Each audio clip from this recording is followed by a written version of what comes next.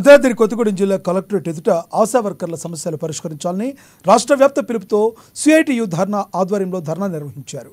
Corona సమయంలో 6 నెలల incentive తక్షణమే ఇవ్వాలని ఆశా వర్కర్లు డిమాండ్ చేశారు.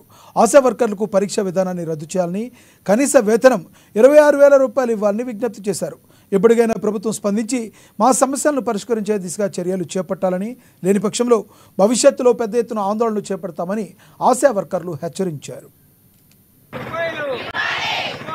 బడ్జెట్లో కేటాయించిన మాకు ఎన్ఆర్హెచ్ఎం స్కీమ్ కింద వచ్చేటి పెంచి మాకు అనుకూలంగా ఇవ్వాలని, 26,000 ఫిక్స్డ్ వేతనం కావాలని, ఖచ్చితంగా 26,000 ఫిక్స్డ్ వేతనం ఇవ్వాలని మనసారి కోరుకుంటున్నాము. ఇంకేంటంటే మాకు ఎగ్జామ్ పెడతా అన్నారు, ఎగ్జామ్ రద్దు చేయాలని.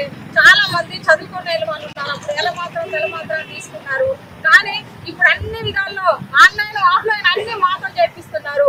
ఎటువంటి పారితోషికం లేని పనులన్నీ మేమే చేస్తున్నాము.